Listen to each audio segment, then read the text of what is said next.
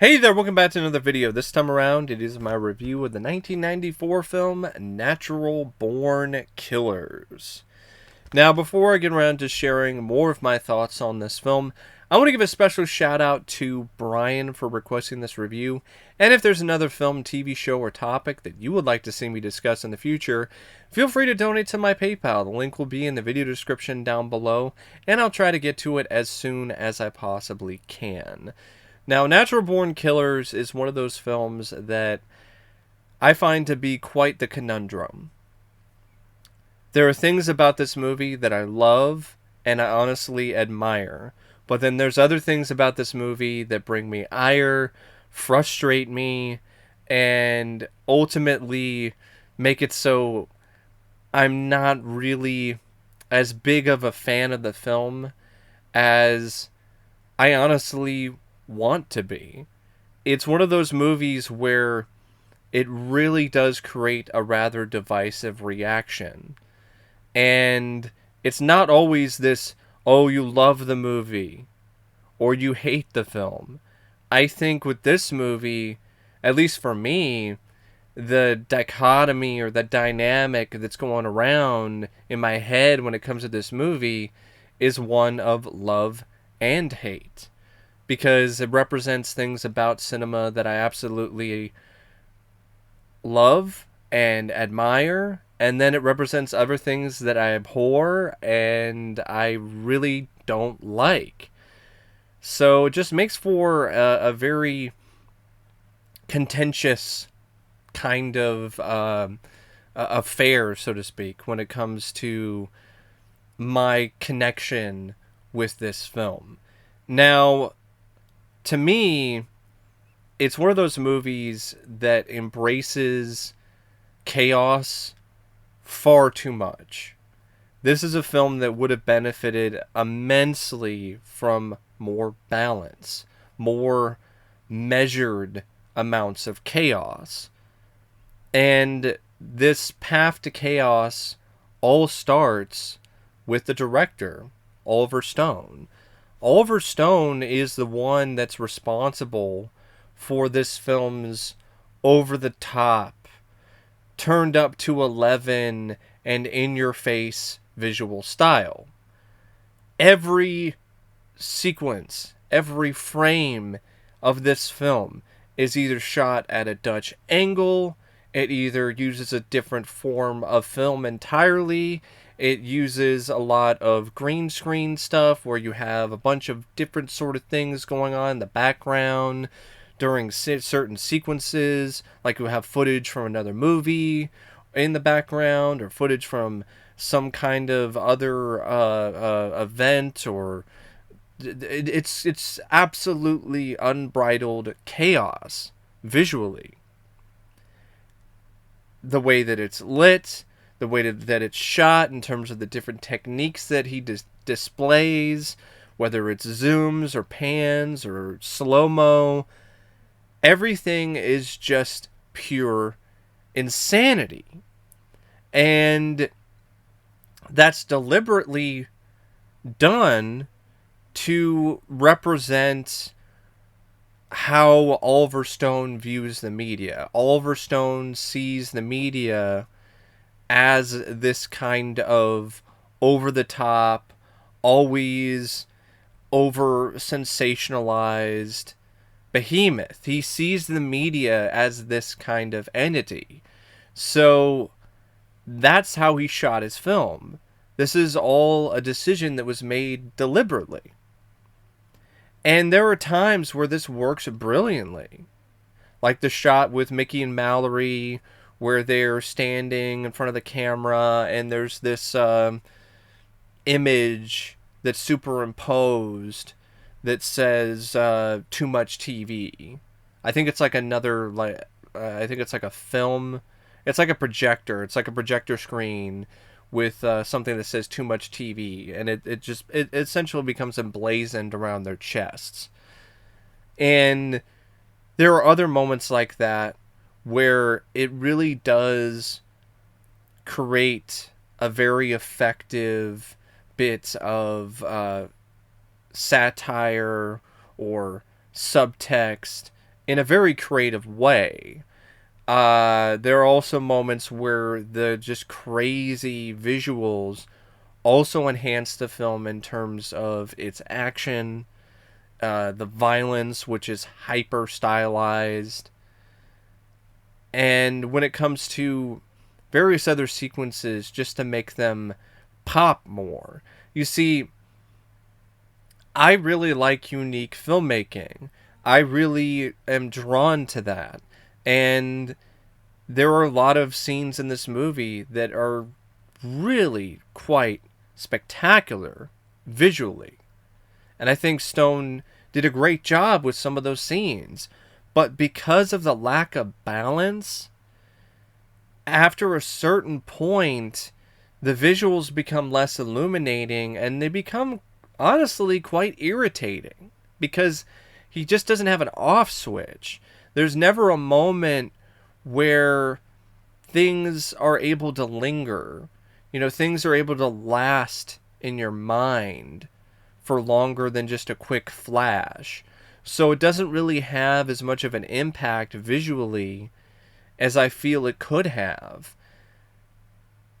This entire movie is almost like Oliver Stone was given a edit of Quentin Tarantino's flashiest, most over-the-top sequences in his films, and that's what he saw as Tarantino's style.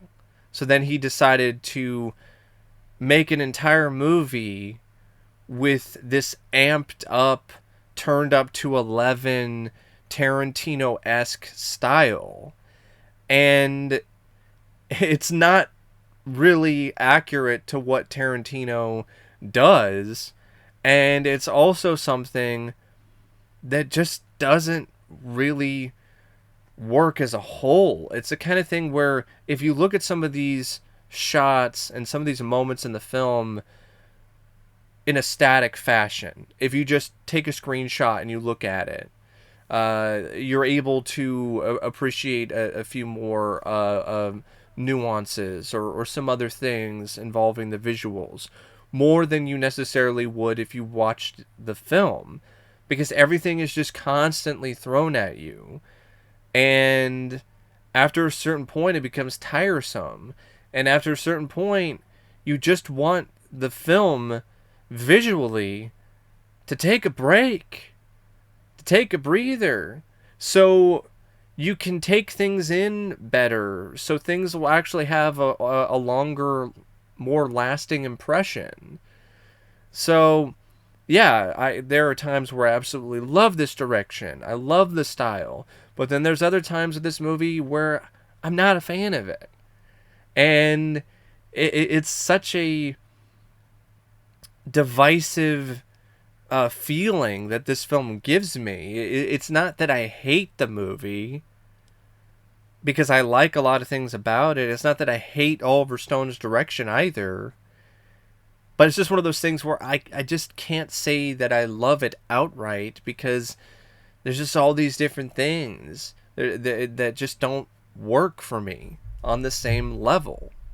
And speaking of things that don't work on the same level, then we have the screenplay by David Velaz, Richard Ratowski, and Oliver Stone, based on a story and a relatively finished script by Quentin Tarantino.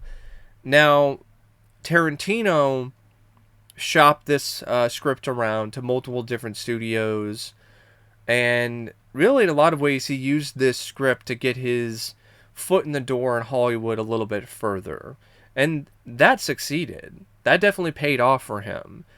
But a lot of studios still were very leery of the film. They thought it was too risky, and it wasn't until Warner Brothers and I believe a couple other companies that were also involved with this movie decided to take a risk on it that his script was finally chosen and greenlit to be turned into a film. But once Oliver Stone was brought on board, then it stopped being a Tarantino movie and it turned into an Oliver Stone film. And it's understandable that that's the case, since that's kind of what happens when a different filmmaker is brought on board. But so much of Tarantino's script is just dramatically altered here, and not always necessarily in a good way. For instance, I will give the script this.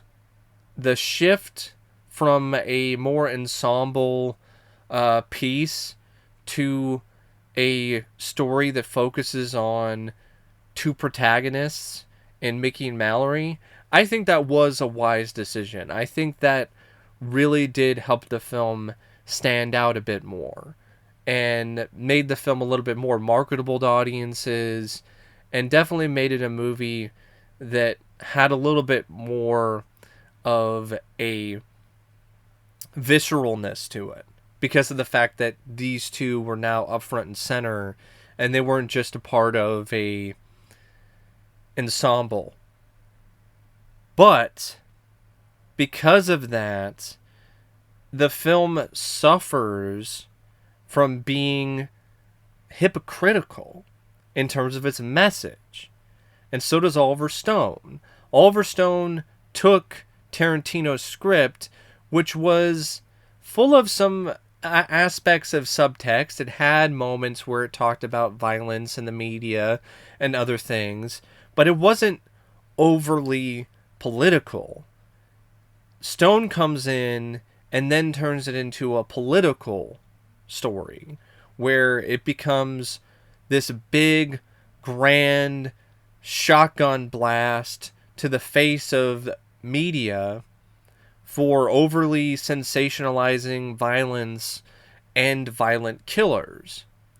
And when you make the focus of the story two violent killers who are just absolutely despicable people, and then you make almost everyone else in the story despicable, crazy, evil people, then you're not really providing nearly as much criticism, or really any effective criticism for that matter, when it comes to your salvo at the media, because you're doing the same thing.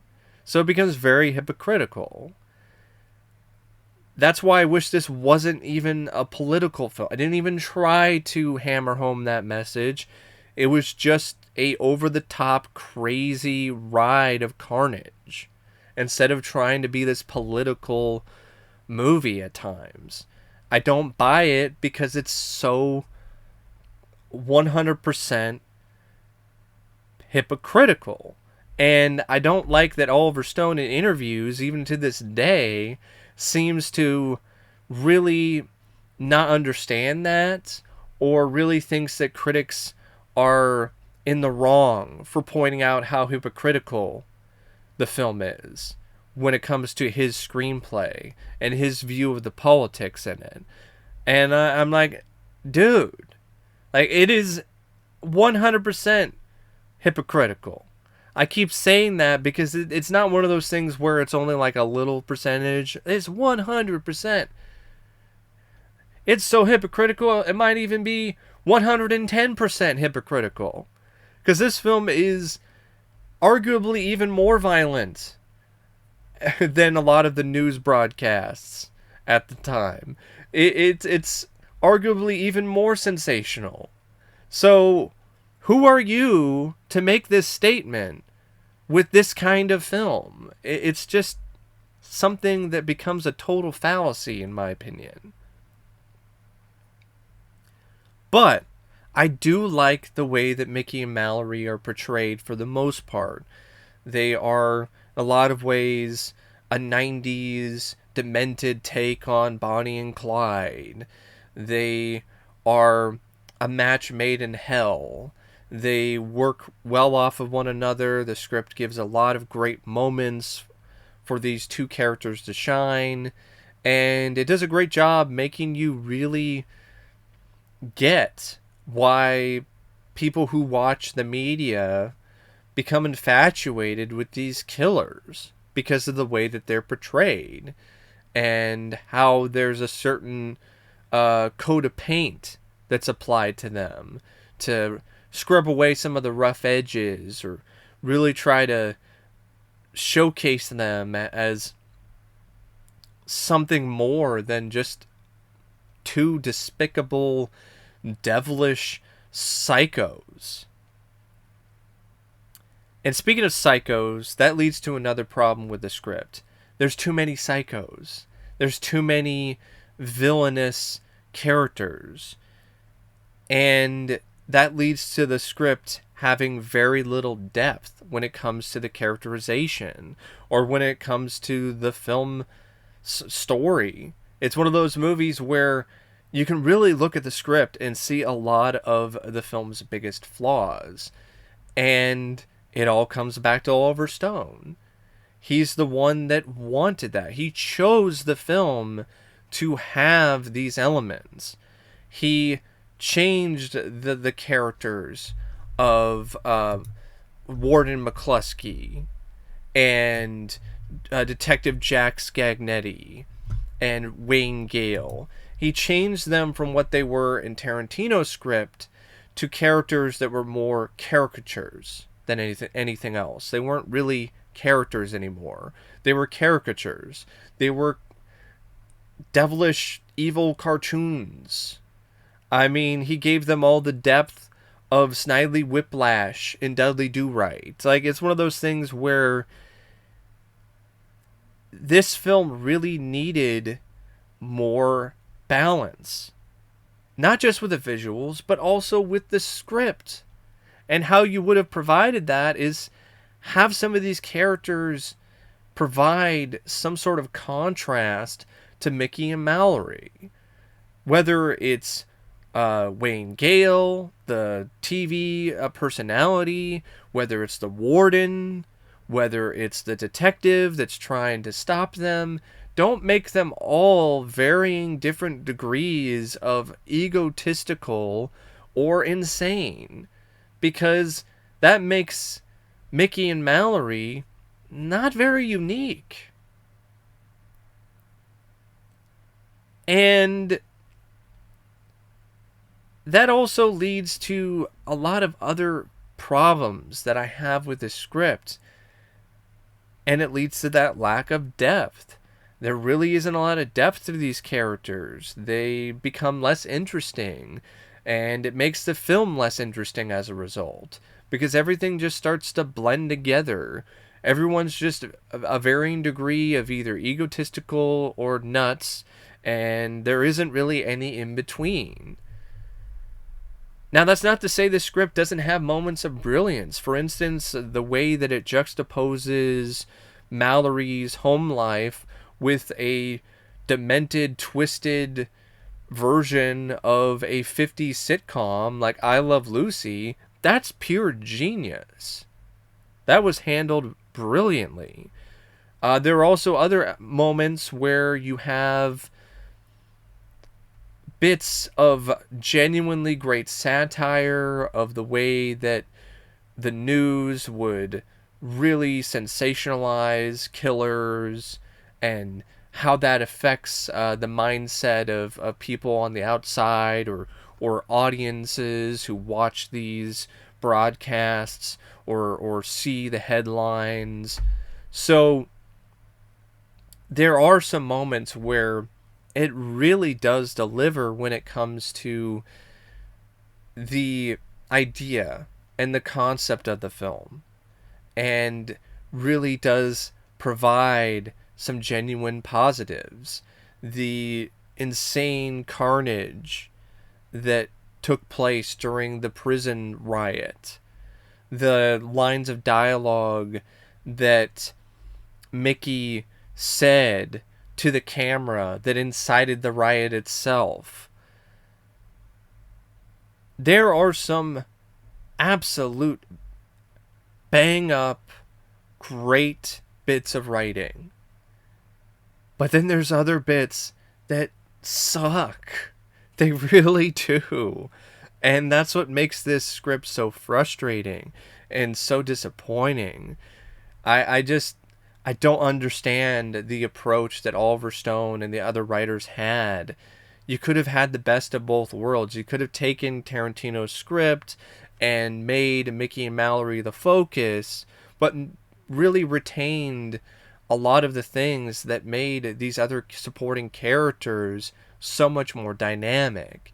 But instead, you just paint everyone with this equally as broad brush, and it's just not something that really works for me.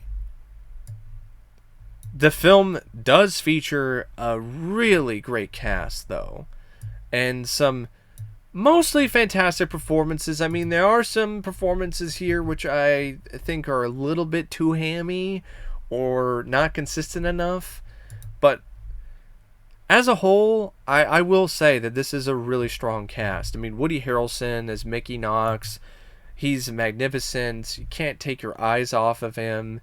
He's cunning. He's charming. He is devastating in terms of his presence. Just a really powerhouse, phenomenal performance by Woody Harrelson. Easily one of his best. Juliette Lewis is also a absolute powder keg as Mallory. She has excellent chemistry with Woody.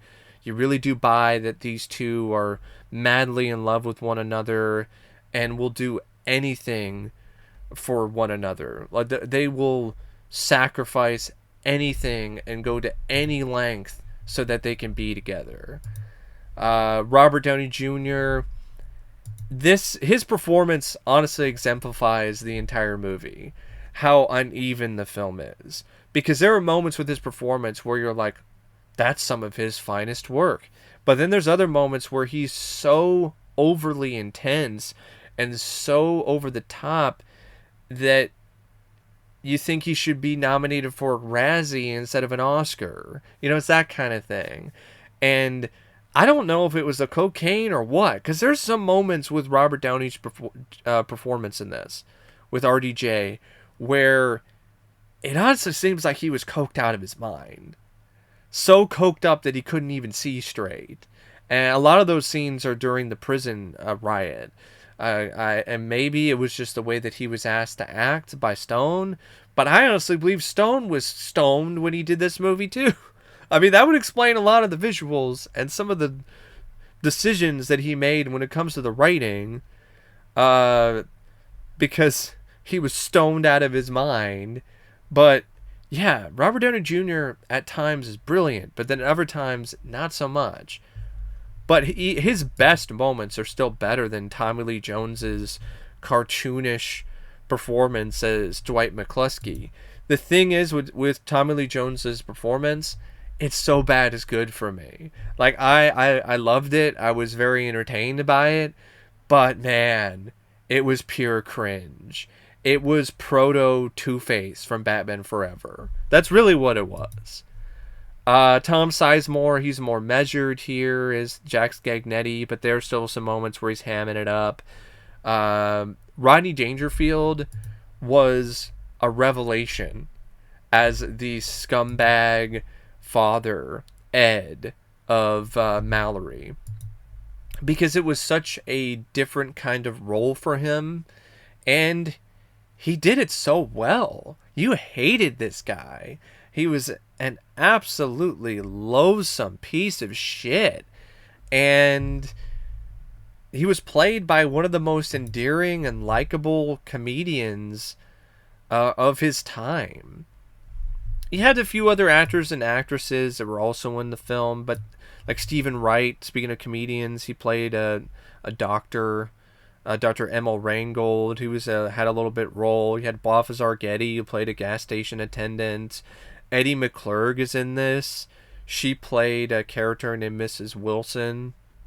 She was the actress that was in Ferris Bueller's Day Off. She was also in Planes, Trains, and Automobiles. She's the one that tells Steve Martin that he's fucked at the airport because he doesn't have the receipt. Marshall Bell is also in this as a deputy. You have this other guy who is supposed to be this crazy person. I'm trying to remember what his name is. I think was it Richard Lineback or something? Like, there's this guy that they picked up, and I didn't really think he was that great. I forgot exactly who it was though. Yeah, it was just some guy that Mickey and Mallory picked up after they escaped, or actually he was in the prison and he went with them. Grandel Bush. I think no, that he played another prison inmate. I know I should know who this is, but I just did not care for this performance whatsoever. I know in the original cut of the film, this guy was supposed to kill Mickey and Mallory, but I'm glad that didn't happen. You also had some uncredited cameos, like you had Mark Harmon, who played Mickey Knox in a TV reconstruction. I didn't even know that was actually him. That's insane. That was Mark Harmon? Okay. That's a pretty funny bit of casting, that's for sure. You had some other stuff that is from the director's cut, deleted scenes. Ashley Judd played this girl who was attacked by Mickey and Mallory Knox and survived. Rachel Ticotin from Total Recall, she played the prosecutor. Peter and David Paul, the Barbarian brothers, they had a bit role in this, where they played some victims of Mickey and Mallory who were allowed to live because they were fans of theirs. Dennis Leary also has a fun little scene, which I don't really know why they cut it out. Maybe they didn't know how to fit it in the film, but his deleted scene is a lot of fun. Bret Hart is also in this as a prison inmate. Yeah, in the director's cut.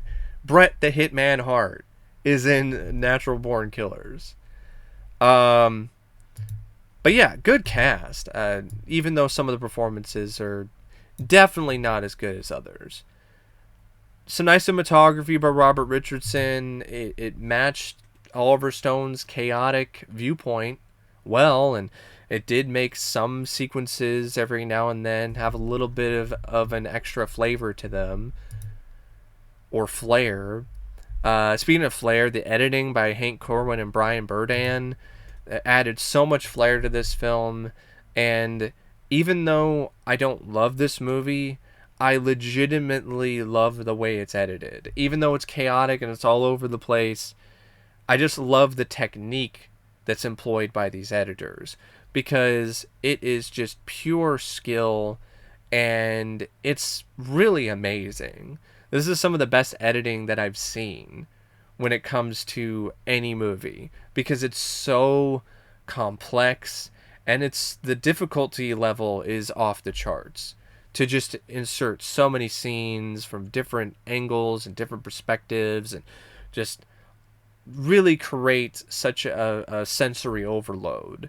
I mean, you got like animated sequences that look like something out of MTV's Liquid Television, and then you cut them in with scenes of graphic, crazy violence. Then you cut them in with other sequences that are shot in black and white or shot in different colors, or scenes that have footage within another scene. It's just a really tremendous example of just an unbelievable effort from these editors, and they spent a crazy, absurd amount of time editing this movie, something that you would honestly find to be rather unheard of now, and it paid off. I may not love the film, but man, do I love the editing in this. And man, do I respect the editors. They deserved an Oscar. I'm not sure if they got it or not, but they definitely did deserve it, if that was the case. If they didn't get an Oscar, and if they weren't even nominated, that is an absolute disgrace. The film doesn't really feature a typical score either. In fact, there is no score, if I remember correctly. It's just a lot of music, a lot of original songs or songs that they chose for the film.